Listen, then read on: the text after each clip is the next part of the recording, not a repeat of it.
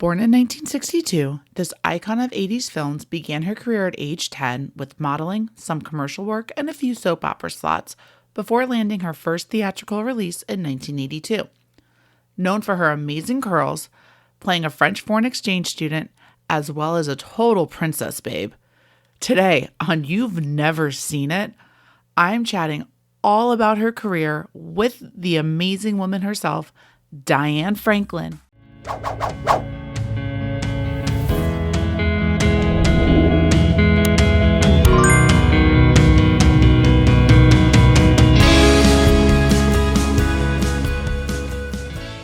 Welcome to You've Never Seen It, an audio podcast where I am on a mission to never hear these four words again. I am your host, Allison Salamone, and joining me today is a very special guest. She starred in films such as Amityville Horror 2: The Possession, Bill and Ted's Excellent Adventure, and of course, the subject of episode 15 of this podcast, Better Off Dead. It's Diane Franklin. Oh my God, hi Diane! Bonjour. Bonjour, Allison. How are you? Merci buckets for coming and hanging out with me. This is fantastic. As long as Ricky is not following me, I'm okay. Oh, good. Oh, I hope Ricky's not following you, please. Well, so hi, Allison. Thank you so much for having me on your show. Oh my gosh. It is a pleasure. It is so wonderful to have you. This is one of my favorite films ever. So that I did. So I'm Perfect. Thrilled. I love that so much. Yeah. I'm super excited. In the age of social media, it's really cool that to just like, you can throw a message out to someone because they liked a tweet that you did posting about Better Off Dead and actually get a response, and here you are. So thank you. I know you're probably super busy, so this is very exciting for me, but thank you so much for being here. You know, I have to tell you something. You know, I don't know what other actors do, but I know for me, I'm very appreciative of my audience. I'm appreciative of people who remember me. I don't take it for granted. As people who follow me know, they know that I appreciate them. And you know, it's interesting because I'm actually, and this is hard to believe for a lot of people, but I'm actually very shy. Oh, really? And so, yes, and it's hard to believe, but I push myself out of my comfort zone. And these podcasts and, you know, just interviews that I've done, I just feel like I have to say things while I can, because as I'm getting older and how it works, I still plan on doing as many things as I can. And I just did a little film recently. But I just feel like it's a real gift to be able to go back to the 80s and talk about this film. Seriously. Love this film. This is still sitting in. So it's still sitting in, I want to say, my top 10 of, I made a little list on my Letterboxd app account for all the movies that I've discussed and everything. And it's right up there because it's an iconic 80s film. I think there's so much about it that I didn't even realize I knew was from this movie until I started watching it. Absolutely. It's incredible. But even before we kind of dive into that, Diane, if you're willing to, I would love to get more. I ask all of my guests and anyone that I talk to start out is I want to get their history. You know, what is it?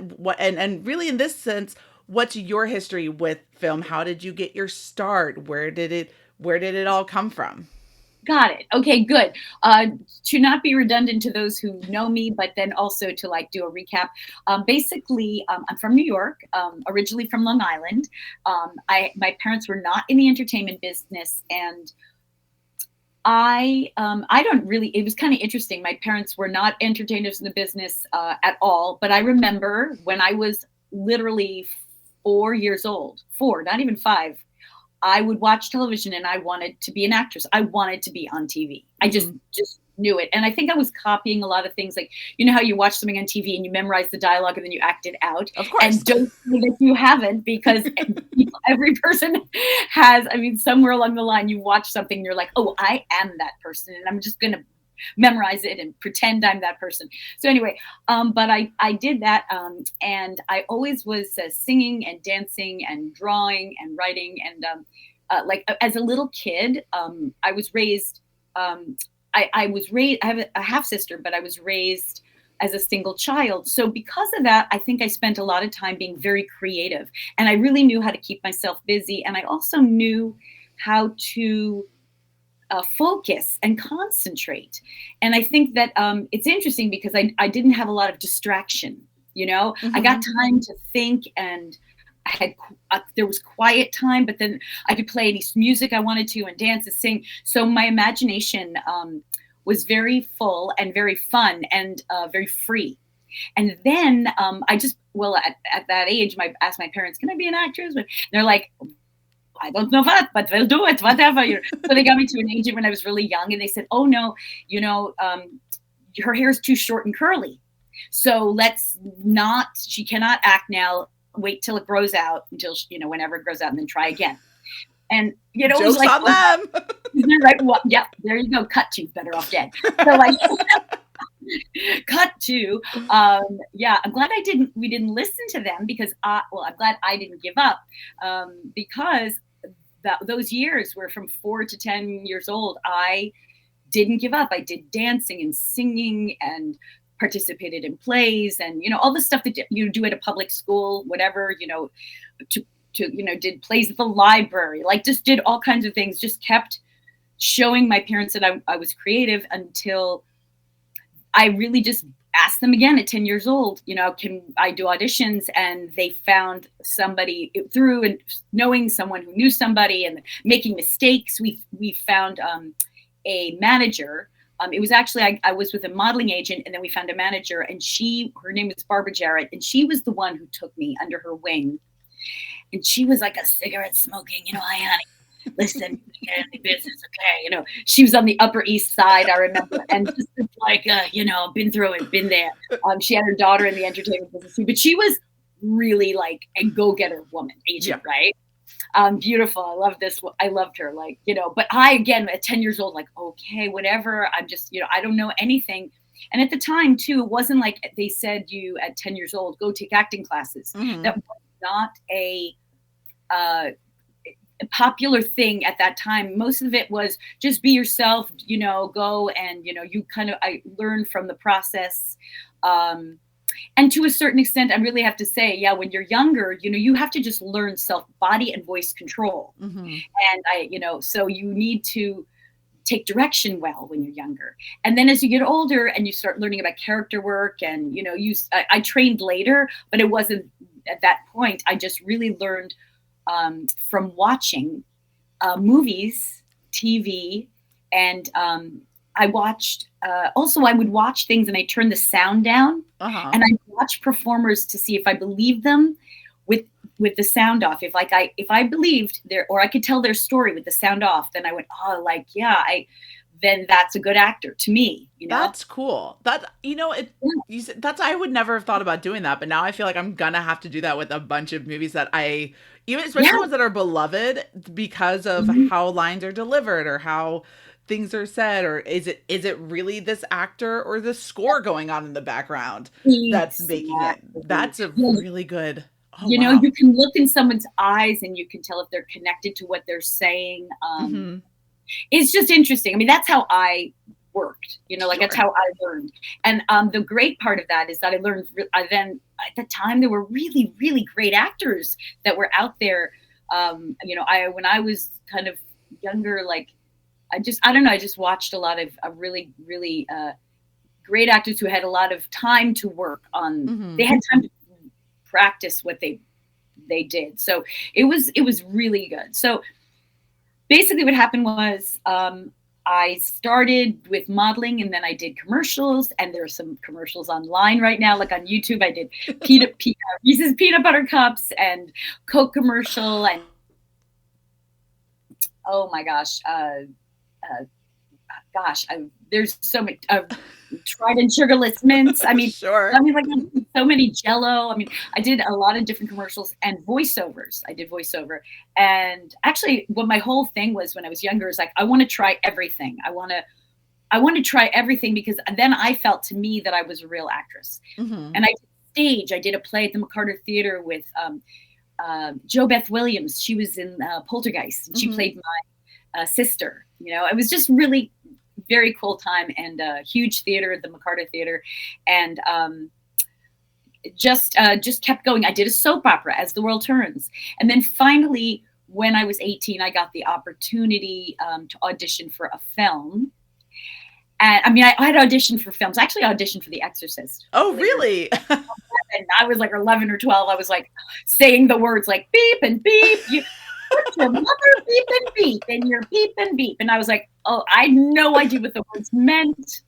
But I just know my mouth got washed out with soap if I said it in front of my parents. I'm serious. I think the casting directors probably were dying when they saw all these young actors in New York reading these lines, and they had no idea what they were saying. Wild. There you go. You know, and in fact, what's very interesting, a lot of people go, oh, I want to get my kids into the entertainment business, but I'm worried that, you know, it's a scary thing. And I have to say, boy, you know, as far as kids go, you know, at least certainly in the 80s, and I mean, to this extent now, you know, if you get good representation, you're protected.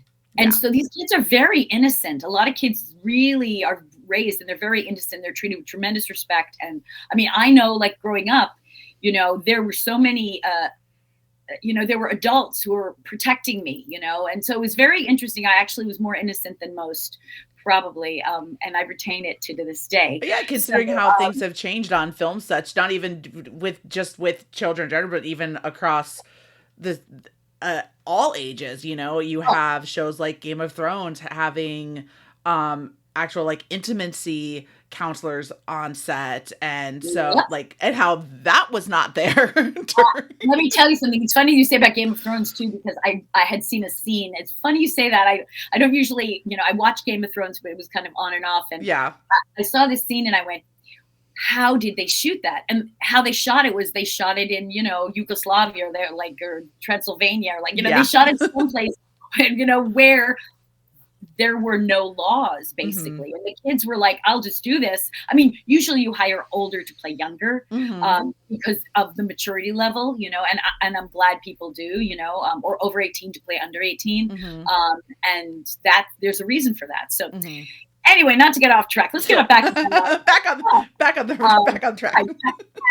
So, but the irony of the curly hair situation is that my first film, when I went for my audition, the first film I did I had a big part in was The Last American Virgin. 1982, right? That was like the first, I shot it in 1981 and I was 19 years old.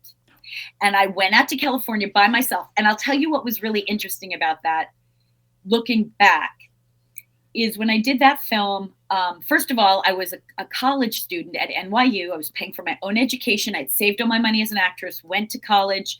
And when I went to college, wanted to major in something that had nothing to do with acting. Because I was told even as I got older as an actress, you must be a real person. You know, don't be like, you live a real life, and then everything is going to be based on what you do that is true. So I thought, okay, well, if I'm going to go to college, I want to study something that I could not learn outside of college, right? You know, like, you know, how to be a doctor. No, you don't just pick that up, right? Like, you know, you just like, you know, a chemist. So I thought all my training, if I do acting, it'd probably be outside of college. So I started at 10, kept acting. And even when I went to college, I went to NYU because I lived in the city and went on auditions.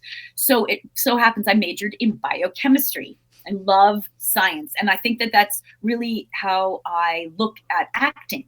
I try to break it down, you know, and my love for science is translated into acting, because I look at behavior and I look at body and voice, and I say, how is this character created, or what was that person feeling, thinking? How can I put myself in that person's situation, or how can I identify with that? You know, so basically, day of my chemistry midterm, I told my manager, talking like this, honey, you got the audition tomorrow for The Last American Virgin. I'm like, what is this? I'm like 19 years old. I'm like, I have a final a midterm. So she says, well, if you can't make it, then just, you know, if you decide to change your mind, they're going to be there till 3, just get on, you know, go and do it. I'm like, okay. I'm like, I'm not going to do it. So I let my hair go without blow drying it. Like all those years when I was acting, up until The Last American Virgin, really, there was, I would straighten my hair for auditions. Literally hours in New York. If you're from New York, you know curly hair does not stay.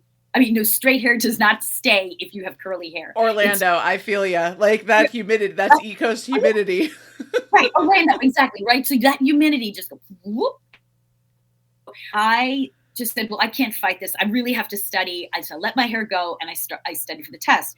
And then the next morning I went for the test and I looked at the exam and I thought, you know what? I have a better chance of getting a lead in a feature film than I do passing this exam. There is no way. This is just not going to happen. So, I mean, literally that moment, I remember that was like, what an interesting thing when in life where you get to a place where opportunity is knocking and you choose. It's all up to you if you decide to take it or not. And that one moment, I was like, I handed my test in. I'm like, I didn't even know if I was, going to get this film or not, but I was like, okay, this is over. I'm going to go and take my chances and go up. And I'm taking a train, a bus. I raced uptown, get to the audition, which was held at a hotel. And the director had left and the producers were on their way down. And I think I just like caught them by accident at the, as I was coming up, they were coming down or something like that. And I don't remember if I read for the film or not, but when Menachem and Yoram Golan and Globus, this was the head of the company of Canon. Mm-hmm. When these producers saw me, they said, we want to fly you out to next week.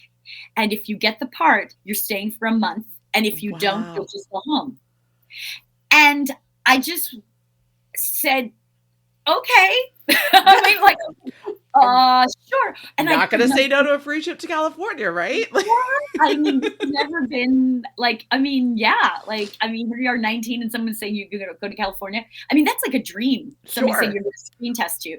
And the other part of it was, but I couldn't believe that they said that to me with my curly hair. I mean, I'm talking about 9 years of straightening. And here's these people, so we want you to see you, and you're going to meet the director and blah, blah, blah. So that was, again, like something you think you have to do if you are just who you are. Mm-hmm. I mean, and I always say this, the world, you may be ready for the world, but the world may not be ready for you. So 9 years had to go by before it hit the early 80s. And once the 80s hit, people were ready for a new look and a new style. So it's kind of interesting. So, and now my dark curly hair had an ethnic look. This is a totally different thing. So then they flew me to LA and I auditioned and I got the part and I shot it right away. And all I can tell you is that was like a miracle moment in my career. That's amazing. And where I think that was my big break to get that film. That's awesome. And and then how everything kind of just, the dominoes just fall from there. You have, the ones that you also list on your Twitter profile and people, obviously Better Off Dead. And again, that iconic curly hair. I watched today, so I could make sure, and I've had a month to prepare myself since we started kind of talking. Oh my God. You're so kind. No, this is good for me. This is how much I had to talk myself into, and like talk myself up to watch, because I was like, I have to do my research to where I actually watched not just Amityville 2, The Possession that you are in, but I let friends convince me that I needed to watch the 1979 Amityville before, even though the one the one that you're in, technically a prequel. And so I yelled at all of them for making me watch two scary movies. But it was fun because it's two very different films, right? From Better Off Dead and Bill and Ted to... Very different. And a lot of people are very surprised when they see...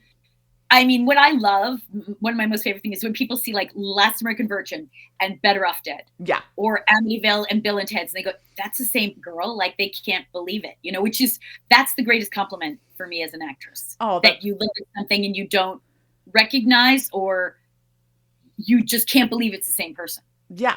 Oh, absolutely. And I've always wondered, it's always been kind of something I've wanted to ask, but because you've done both types of films and working. I've always wanted to ask someone who's worked on a horror film set what it's like and how is it different from, say, a Better Off Dead or a Bill and Ted's? Absolutely. Okay, so here's how it goes. First of all, as an actor, you have to love playing make-believe. Mm-hmm. And because of that, when you do a film, although you're playing it truthfully, everything's make-believe. So for me, the idea of doing horror, my whole thing was like, I want to touch every genre. Sci-fi, drama, comedy. Like, to me, that made it interesting, Now, not every actor gets that opportunity. Some people are pigeonholed into one thing, or like they can only play like the Western person. I have a friend of mine who only does Westerns, like, and I was like, or only horror. And if actor has no control over that. I was talking to Heather Langenkamp, beautiful girl, such a talented actress. And I said to her, what's so interesting is when she did Freddy's, Nightmare on Elm Street. Mm-hmm. When she did Nightmare on Elm Street, she didn't know that her life was going to go in that direction. The directors had a vision, and she was the vision. And so I think that's like really cool. Like, you audition for things and all of a sudden some director says, no, you know what? You are the person who represents what I see, mm-hmm. what my vision is. And that was the direction of her life. For me, to play all these different characters, that's kind of what I enjoyed. So for instance, I would go to an audition and I really enjoyed like surprising the people who are reading, I was reading for. And generally what I would do is I would not give on to who I was personally, but I would come into the room as the character. And sometimes I really nailed it, but I wasn't the vision of the director. Mm-hmm. And I knew I went in, but I was like, I nailed this. I totally did, but it wasn't what they wanted. And then sometimes I didn't maybe do my best, but then the director went, no, you have the quality I want. This is what I need. So, to all those people who perform out there, really, your experience, you got to go in and show your vision of what you see the character as. In response to your question, coming back to it, in a comedy, the directors usually try to keep the set light. Mm-hmm. I mean, obviously, it's an interesting thing because making a film in any respect, certainly, I would say at least in the 80s, you're always, today you do a tube, and I don't know as much, things have changed so much because things are moving much quicker. But back then it was like, the director sets the tone. So that's what the director does. He keeps it light for the actors. He keeps it upbeat, but within that, he has to direct. He has to get the shots in. He has to make sure, they finish their shot list during the day. They have to be on budget. There's a lot of stress, but the comedy director will not usually put that in your face. Mm-hmm. If he's good, they keep it to themselves and keep the set light and fun. Now, in a horror film, which was interesting is, and this I just loved, when you're working on a horror film, the director also sets the tone. And this is usually, for me, it usually keeps it very quiet. It's very serious. When you're getting into the head, and everybody also, by the way, when you do a horror film, people are preparing. So you don't want to get in all a jokey and goofy mood because right. Actors have to keep their tone. But at the same time, once you do the shot, if it goes well, there's like this laughter, or there's this, applause, or there's this relief because it's been fulfilled, mm-hmm. By all the actors. The chemistry is good if the scene's really good, and when it works, everybody, like the crew, everybody feels it, which is really magic. You get a couple of shots to do it. It's obviously they'll do like a far shot. They'll do maybe a 2-shot, a close-up, and a close-up. But there's some kind of a wonderful closure that happens on a film set when the actors hit those moments and those beats. And I have to say that it's what it makes it so exciting as an Mm-hmm. actor. Why I still do it today. I love that it's the closest thing to seeing magic because you never know what to expect. And think Right. about it, and everybody, it's, I mean, like improv, when you see good improv, everyone, is working together. And sometimes it hit, and sometimes like, oh, wow, that was so awful. No, we're not laughing. And wow, that was really rough. You tried, good job, but not happening. So, yes, the tone of films, working on them is very different. And then this is very important too, trust between the actors, between the actor and the director. Is really important because actors come and they're very vulnerable and they open themselves up and they do it for not, I mean, it's, you don't just do it for a paycheck. You can't. Mm-hmm. It's because it's too much of your soul. You put out so much, I mean, people do it for money, but honestly, you pay for what you get, right? So, Yeah, so, for sure. if the, and so, um, the actor has to feel safe. And so what I find really cool is that you develop really close relationships with people you're working with. So you're thrown into a room with all these strangers. And by the end of the day, everybody's your BFF. Yeah. Like everyone's your friend because you went through this experience, just like, going through any deep experience with your friends, like you Yeah. just being stuck in an elevator with 5 people for hours. You're gonna get to know them by the end. You're BFFs. I don't care. If someone's chasing you around with some horrible, horrifying makeup on and a shotgun, you're gonna be friends by the end of it, right? Exactly, Like, exactly. Good point. Good point. Like, beat you up, throw you yeah. around, right? And it's so funny. That's so funny you say that. I actually did a scene. Oh my God, this was amazing. I recently found this out. I did a movie with this guy, and I had to kill him. Mm-hmm. Okay.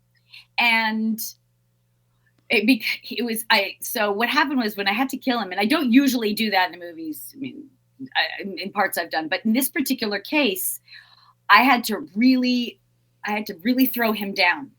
Well, I didn't know, like we shot the scene and it went really great. And, he was like, oh, and I was like, yeah, this is great.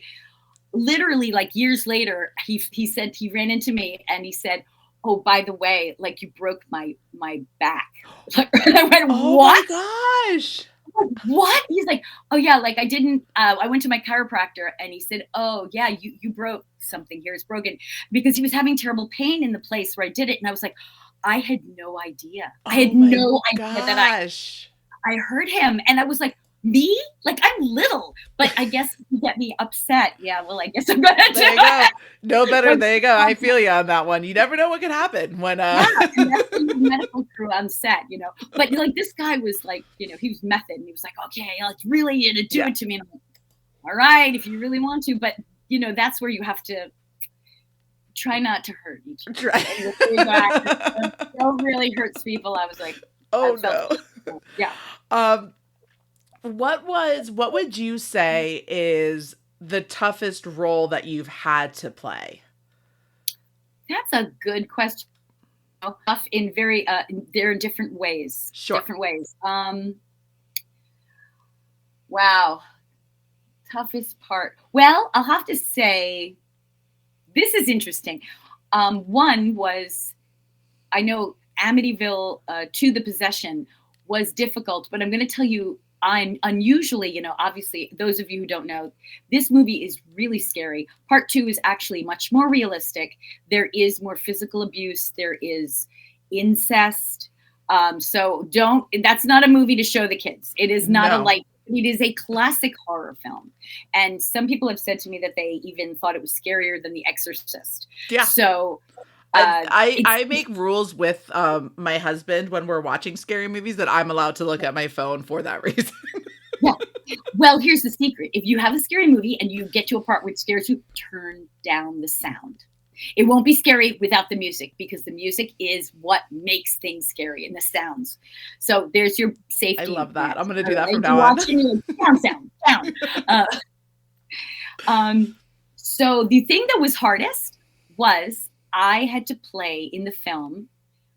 It wasn't the incest that was as hard, which is kind of interesting because I don't have a brother. so I didn't have the problem where people go, could you play this role with your brother? But the hardest part was creating a relationship with a brother, because when I got the film, I only understood relationships with a guy that was like a boyfriend, like amorous. So it was very interesting to me. I had to actually figure out, like, how do you treat a brother? How do you act with a brother? You push him, you tease him. Then the relationship between brother and sister is teasing most of the time, because that's how you can show you like somebody, but it's not too intimate, right?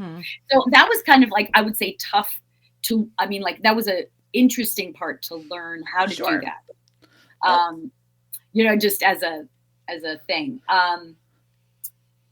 Let's see, tough performing. I remember that when I did The Last American Virgin, I had to cry over and over and over again. And as an inexperienced actress, I did my biggest cry on the in the wide shot. So what does that mean? You go a wide shot. You're like, oh, then, okay, now we're going to do it again, this time from this angle. Okay, you cry again. Then you do, okay, we're going to do another angle. Let's, cry. Okay, now we're going to do a close-up on him. And now you're getting close-up. And I have no tears left. There's nothing. So that was a very hard experience, because I felt very like, oh, why can't I get these tears? Because I ran out. I was crying. Literally all gone. All done. Done. The cup is empty, But then when I did Amityville Part 2, that's when I knew that. And so therefore, when I was screaming and crying, I was able to moderate, kind of figure that out. Let's see. And you know what? There were situations where there's a lot of things. I mean, I would say hard things are, I think, the hardest things were not the jobs necessarily, but the jobs I wanted, maybe, that I didn't get. Sure.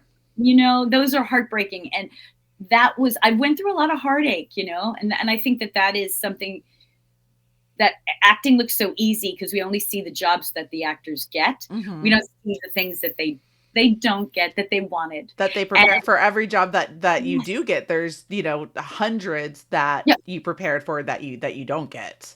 Absolutely. So and that when you're younger, you don't understand why you're not right for everything. You go, I can play that. But as you get older, you go, oh yeah, I can see why that wasn't right, or that that person went that way, or whatever. Yeah. But kind of like that hindsight 2020 kind of thing, for sure. And I think that happens too with even like any job. You might want a certain job and think, I'm right for the job and I'm the best candidate. But when push comes to shove, when you maybe had to work with certain people, or be in a situation where you have to maybe be very social, but you're more shy, or something like that, in hindsight, you might go, oh, you know what? Glad I didn't get that one. That wasn't for me. Absolutely. So. Oh, for sure. Well, kind of keeping going on this train and getting into, I have to ask the question now, with Better Off Dead and Bill and Ted's Excellent Adventure, between Keanu Reeves and John Cusack, who's the better kisser? Which one, if you had to rank them, what would they be? If I had to pick one, oh my God, this is like a People magazine question. 100%. I had to do it. I couldn't not do it, especially considering like the very deep crush that I have on 80s Cusack movies. That's like my new aesthetic. Oh my goodness. This is such a good question. How interesting. Well, having kissed them both. Of course. Because you have to, and then, you have to get it wrong. So you got to do it over. You got to do it more than once. Of course, you got to get those practices in. You can never get, it's never on the, no one's that, look, Diane, I'm sure you're perfect with all of your other takes and everything, but those kissing, it's sometimes, it's okay. You don't understand. You understand. You want to get it just right. Exactly. Right? Exactly. And, the other thing is, sometimes you need rehearsal. So, I mean, I don't know.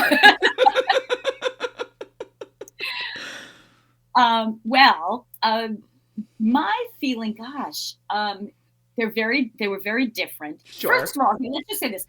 In Bill and Ted's, I have to say, Keanu was so cute. Ugh. And I think I acted with the best Keanu role like he's ever played for me. Like, Sure. he was upbeat and fun and cute and lovable, you know? And so to me, like that, I got lucky to act with him in that role. Sure. And it was very funny because even when we were kind of not shooting, you know, and we were just, you know, off, like, you know, in between, he and Alex would stay in character. So, like, you know, what do you think? You know, should they do this shot like this? I don't know. Maybe they should do the shot in a different way, dude. Okay, yeah, I was thinking, like, let's talk to the director about it. Like, they really retained their character. You know? That's amazing. Yeah, right? I mean, just so cute, just so brilliant. And now John was the sweetest. Yeah. And you can probably tell when we were on screen together, I felt like we had really beautiful chemistry. Absolutely. Absolutely. And I even said to John, I saw him at a convention a couple of years ago, and I said, my gosh, wouldn't it be great? I mean, I just said, we should work together again because the audiences would be so happy to see us together. Oh, opening weekend, I would be there. I would be like, right? No way I would have been. Monique and Lane grow up, you know, and then our kids. I had this whole idea of like a movie. In fact, at some point, you know, I'm doing a lot of things, but at some point, maybe I'll write the sequel to Better Off Dead. Because I was talking to Steve Holland, and I said, you know, and working with him, I you know, maybe I'll write it and then I'll give it to him and say, you know, you do what you want to it. But I always just thought it would be really cute to see whatever happened to Lane and Monique and Charles DeMar. And I know that Amanda Wyss would be into it. And, for sure. Right, all those characters. So gosh, you know, I have to say that John's, it's really kind of, it really is more between John and Keanu. If I had to pick one, I would have to say I'm a little bit more of a person. I like the sweetness of John. Sure, I love that. But I think it would last longer with Lane. Yeah. Than it would with Ted. Sure. I think it might last longer. Ted would always want us to go on double dates. Yeah, no, that's you got to have that alone time every now and then with those Schwann's dinners. Yeah, exactly. You know, we can't just go to the Circle K all the time. You know? Right, and just hop in a time machine. I read somewhere. I was doing some interviews that, and correct me if I'm wrong, but that when you went and auditioned for Bill and Ted, you were going in looking at Joan of Arc because of your role with Better Off Dead and playing a French exchange student.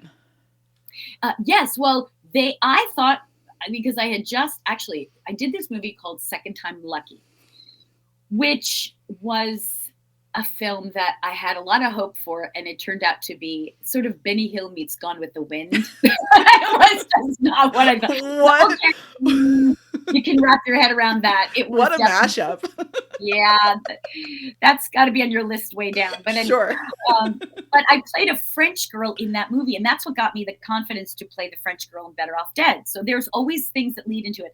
And I thought when they had me come for Bill and Ted's, I really thought they wanted me to go for Joan of Arc because I just played this French girl. I couldn't figure out what other part they would want me for. And when I got there, they said, no, it wasn't Joan of Arc. We want to see you for Missy, which I was like, oh, okay, I'll do Missy. And they were like, well, you're not really Missy, but would you consider playing a princess? And I was like, they said, can you do an English dialect? And I was like, of course I can do an English dialect and talk like this. And, you know, absolutely. And you, tell me what you want to do and we'll talk like this. And so they were like, they were laughing. They were like, yeah, that's absolutely awesome. And then I was offered Princess Elizabeth. So it's kind of funny. I remember getting the script as Princess Elizabeth, but then in the credits, they got it wrong. And they wrote Princess Joanna. So And then there were no sequels at the beginning, but then they did the sequel, and then it was back to being the other girl was Princess Elizabeth. So the biggest thing with Bill and Ted's was, for a long time, I was autographing as Princess Joanna because I thought I didn't know they were going to make sequels, and I thought, well, I'm just going to go with the flow because I don't want the audience to be confused. But because the guys never say our name in the film, nobody knew. You're just the Princess Babes. Right, the Princess Babes. So that is what happened. So there you go. That's so funny. That's hilarious. And then of course, we've gone this long, but we gotta give all the love with Better Off Dead. That's what got me here and got me with you. My dear friend Benny, who did that episode with me, had a couple of questions he wanted me to ask you.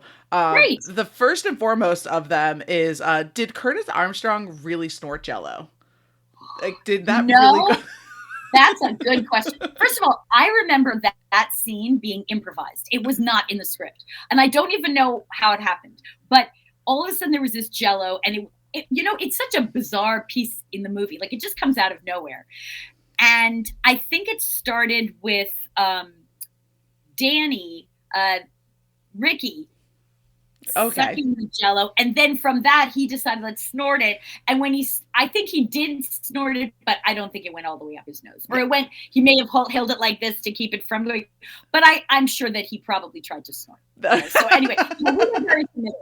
I mean, you went from snorting Jell-O to snorting snow, so I mean. That is the scene that I almost break. You will see my mouth kind of quiver like and I very slowly turn my head so I don't laugh because I don't want to break. But that scene broke the crew. Like, I could see them shaking, and it was so funny. Do you know the street value of this mountain? Right? I love that. I love that runner. It's a runner. It's so amazing. Good. It's so good. Speaking of which, being on that mountain, did you actually have to learn how to ski at all, or like anything with skiing in order for this film? Luckily, I did know how to ski. Yes. Perfect. And did I do the ski routine, the ski romance dance? No. First of all, I'm not that good a skier. But the bigger thing was, at the time, and I don't even know if that's a thing now, a lot of people do their own stunts. Actors were not allowed to do stunts because if you broke your leg, you were out of the film. So that's why they didn't let you do that. Like, they'd be like, no, we're going to have stunt people do it.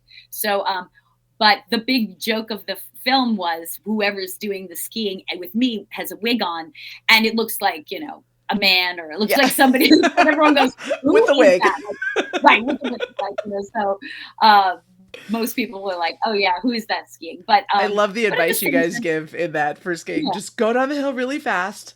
And if you're about to hit really fast. If something gets in your way, turn. Okay. And Curtis says it, and I say it. Everybody says it, right? It's absolutely perfect. It's the greatest piece of advice. And then the last one that he had was, did you actually hit any of those stop signs with the lemons? Lemons? You know what? There was no sign there. Oh. Like, it was, you know what I mean? They cut to the sign, but I was throwing it at the side. Okay. So, but it was actually a very funny thing because, again, I didn't have a brother. I had no one to teach me how to throw. So when I go to throw the ball, they're going, oh no, Diane. So they all come up to me. I remember somebody from the crew said, okay, this is how you throw a ball. And I was like, oh, okay, cool. And then, so I learned from the crew. So that's thank amazing. You for the throwing lesson. I love that. Thank goodness there's crew who know how to play baseball. Absolutely.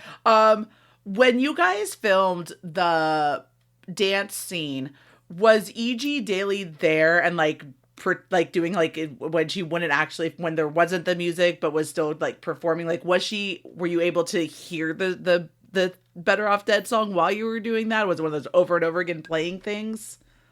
Yes, she was there. She was singing live. And it was amazing. And her voice, I remember hearing her voice and going, I had no idea she could sing as well like Yeah. that. She's just amazing. And you know, when we all auditioned for Better Off Dead, EG was being considered Beth. She was, I mean, I don't know if they were considering her for Monique, but we were all like sort of together, and Savage was like, I just got to find places for you all. And because she could sing like that, it was great. And it was really fun to have her on set. And it was just great. And they played the music while Ricky and I, or Dan Schneider and I, were dancing. So it was all in real time. Ricky's dance moves were that whole scene where he's just going for it. Oh my gosh. It's great. So funny. And he was so serious, and he made us laugh as well. Again, Dan Schneider was a really just such a really good actor. Like he knew comedy. He knew he knew what worked for him. And he played the straight man so much. And when we did the scene on the couch where the mom grabs my face and says Christmas and that whole thing, and he played with that little doll, and he just looked at me, it just killed me. It was so funny. I was trying again. I had to keep like really a straight face while they were torturing. Yeah. Oh, and I think it's so brilliant too with how you are in that film, because so much of that film goes by where we don't hear you say a single word. Like, he's blown up Ricky's mom. He's like, and then we finally, and it's just like, and it's that whole like, oh, you do speak English, really? You're like, yeah, I'm not stupid. I will tell you, he's pushed his testicles all over me. I don't like this. I don't know, right? You know, it was very natural. I have to tell you that the reason why this film, it means so much to me, is I am closest to being Monique as a person. So it made me feel very happy to play a character that is upbeat and positive. And there's a lot of roles that are not, you know, a lot of girls, the story is of a struggle, you know, that a person's having. So a lot of times you don't get that character. Better Off Dead was the first time I ever did was the role model of how I am as a person. Like I'm very positive, and you can do it. And I don't know if the audience knows, and I know, you know, that movie it meant so much to me in my career when it happened, because up until then I had played characters that were objects, objects of desire, or victims. I didn't play characters that were very like strong or heroic, because, you know, as a young girl, you weren't giving those roles. So when I wound up doing it with Better Off Dead, it was the first time I played somebody who stood up for herself. Yeah. And as a result, that is why one of the reasons why I wrote my new book, which is the Better Off Dead tribute book. So, I mean, I'm only I bring this up because I am so excited about it. And this particular book that I wrote, it's out this year. This is my third book, but it's called The Excellent Comedy of the Last American French Exchange Babe of the 80s, aka Better Off Dead tribute book. So if you look up Better Off Dead tribute book or Better Off Dead book, you should be able to find it. And the thing about it is, when I told Savage Steve Holland that I was writing it, he sent me contributions that I had absolutely no idea about. So this book surprised me, because there were so many things I didn't even know. So all I can tell you is, if you're a Better Off Dead fan, get someone to get you this book for Christmas. It's coming, or Amazon Prime. Or just make it happen. You just got it. There's not even a question. This book is what everybody wanted to have in the special features but never got. You know? Oh, that's awesome. I can't wait to get a copy. I'm so excited. I love it. It's wonderful. So one of the things I always ask whenever talking about specific movies or anything with my guests is, I always want to know their top 3 for specific things. So I have 2 top 3s, but the first one to round out Better Off Dead is, I want to know your top 3 moments in filming, or your top 3 what's become moments that have become your scenes from just your top 3 with Better Off Dead in general. Okay, so top 3 moments of like being involved in shooting the film, Sure. or anything. Anything with it, whatever it comes to mind. That's so hard. All right, because there's so many. No cool... order. They don't have to be in order either. They can just be. Okay, well, first of all, oh wow, wow. There's so many. Okay, the first thing is shooting the last scene at Dodger Stadium. Being on the Camaro, kissing John with the paper boy heading towards me in the middle of Dodger Stadium. Okay. They had to get the car in the middle there. They had to have like this crane camera shooting it. It was epic. Like that was an epic experience. And we with John, and we did that, I think, like the last day of shooting. I think it was the last day, or close to the last day. So we had gotten to know each other, and it was just a very wonderful experience to do that. It was it was epic to do that. That was just like, wow, I can't believe we're in Dodger Stadium shooting something. Dodger Stadium is so iconic. It's really cool. In fact, actually funny, years 2014, I think, or something, or way later, I wound up singing the national anthem at Dodger Stadium. I came back, and I thought that they let me do it because I did Better Off Dead, but I don't know.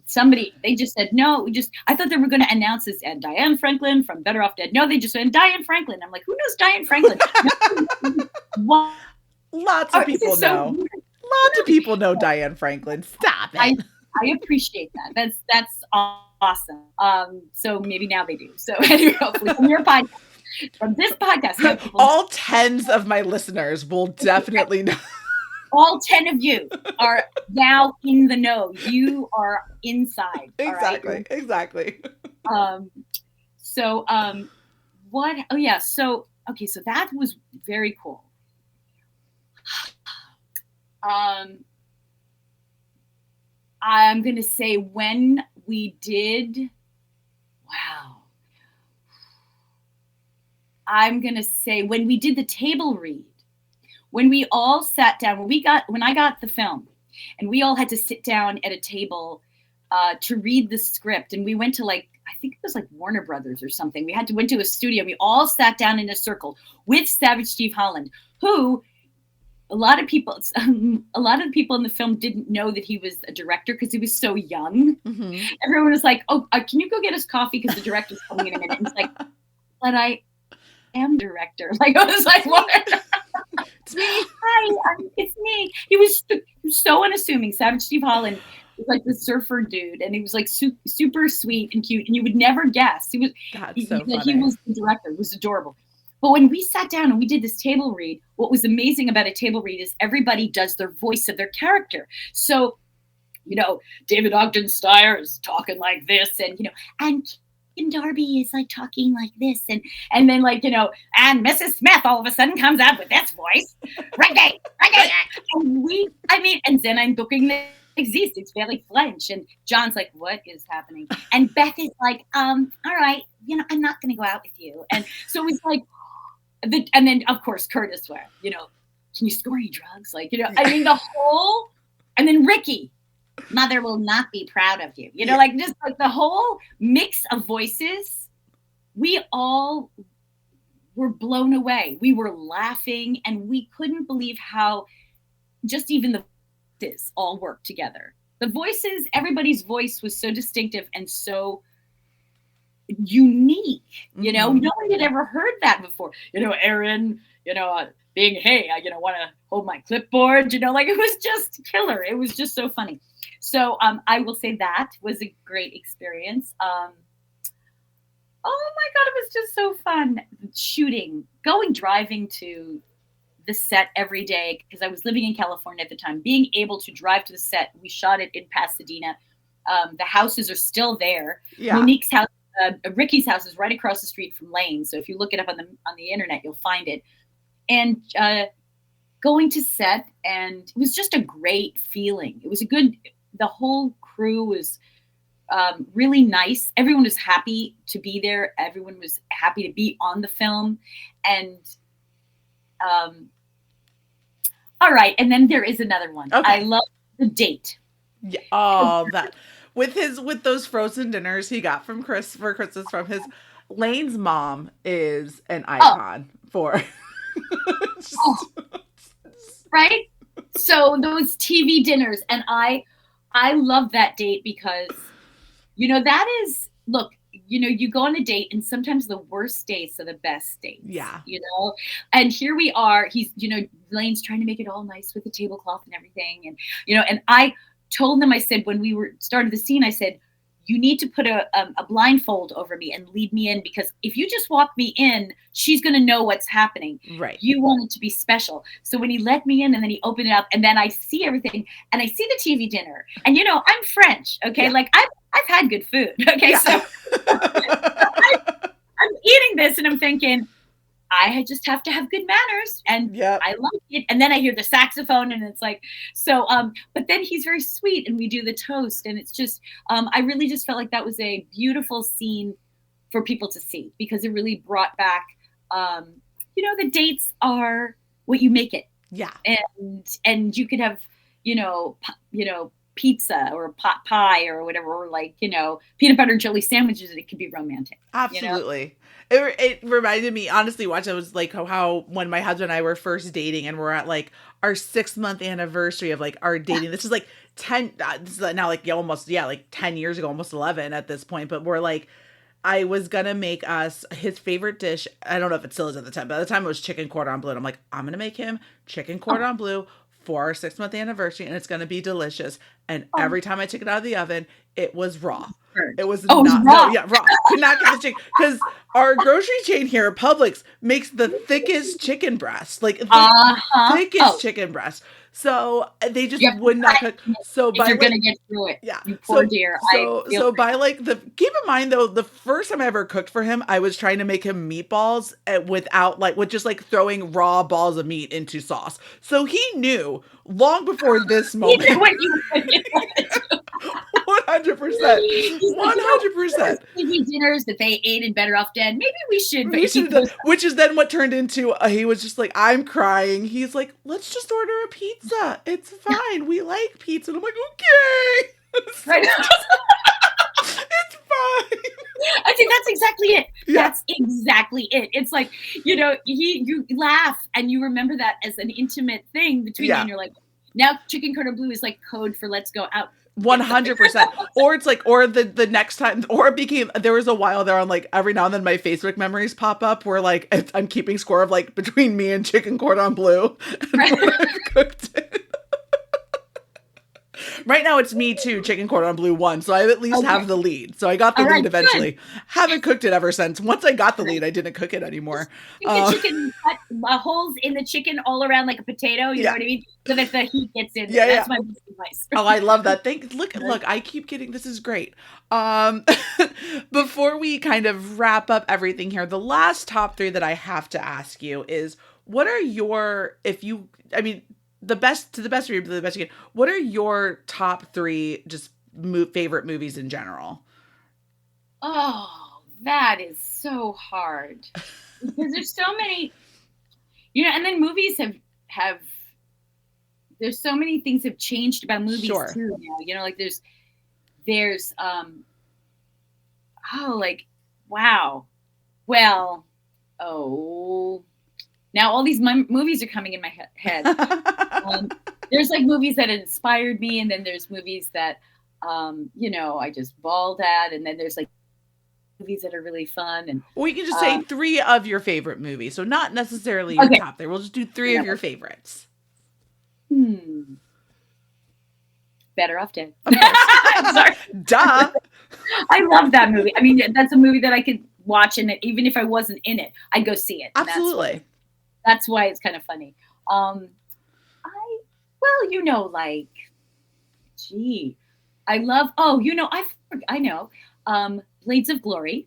Okay. I love Blades of Glory, of course. And then, I love the Christopher Guest movie with the pets. Best of Show. Oh, yeah. I just watched that this year for the first time. I just watched that one and Yeah. A Mighty Wind for the first time ever, like this past year. All those movies are so funny. Fun. Oh, they're so Love fun. Absolutely. And I also, I mean, and I mean, those are just those comedies. And I also love, what's the Will Ferrell movie? Blades of Glory is that, but then the other one that I like, Will Ferrell's really funny. What was the movie?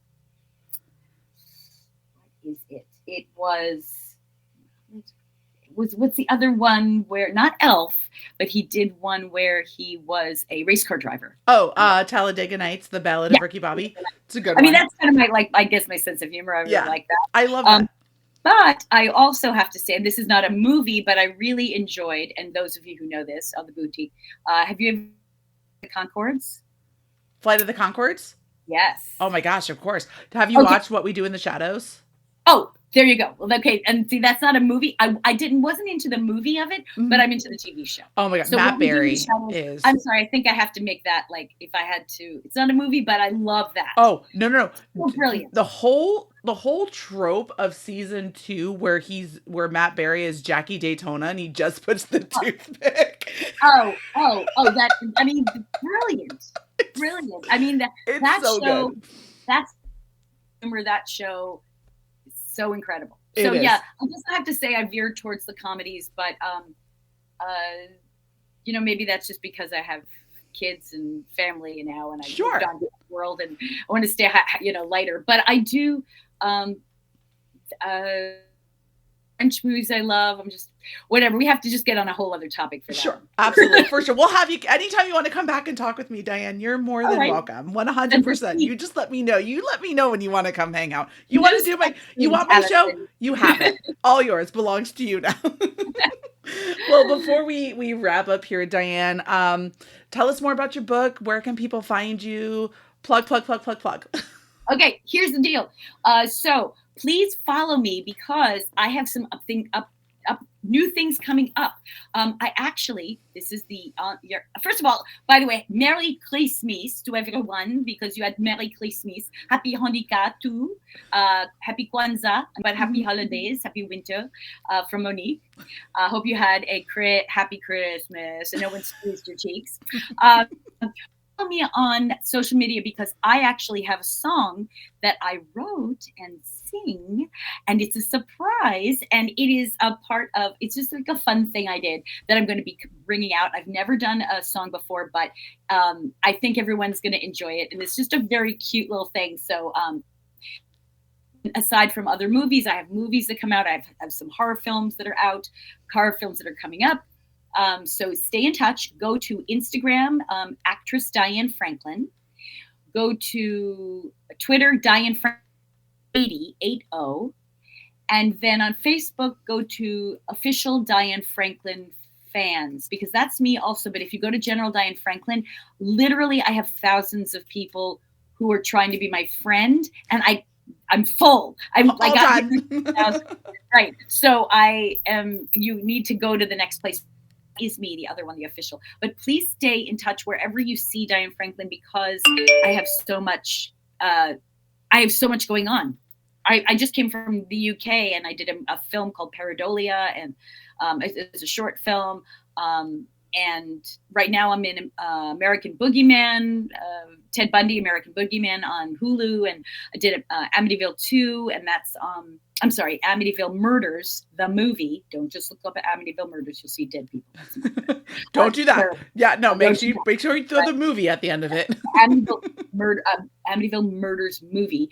Check that out. That's also on YouTube and all this stuff. And here's a little plug for my daughter. She's on TikTok and YouTube, all this. Her name is Olivia De Laurentiis. So check out that name as well, Olivia De Laurentiis. As her mother, I'm plugging her, and she absolutely. She is. You won't believe the stuff she's doing. She's a comedian, but she also has done so much. You're going to be like, oh wow, I've seen her in that. I know her from this. So anyway, just check it out because she's awesome. Incredible. And can we get your Twitter handle one more time? I think my internet might have gotten a little shaky on that when you were saying it. Twitter, go to Diane Franklin 80. Instagram, Instagram, actress Diane Franklin. and Facebook official Diane Franklin official fans. Or you'll see official fans. You'll see my books, pictures Awesome. of my books. Perfect. And to all of you who are listening, if you're enjoying what you're hearing, please subscribe, rate, and review Flick and Reel on whatever audio platform you're listening to us on. If you're listening on YouTube, please make sure to subscribe and comment your thoughts on this episode and any of the previous movies covered so far. And be sure to hit that little bell icon to get notifications for any time we have new content drop.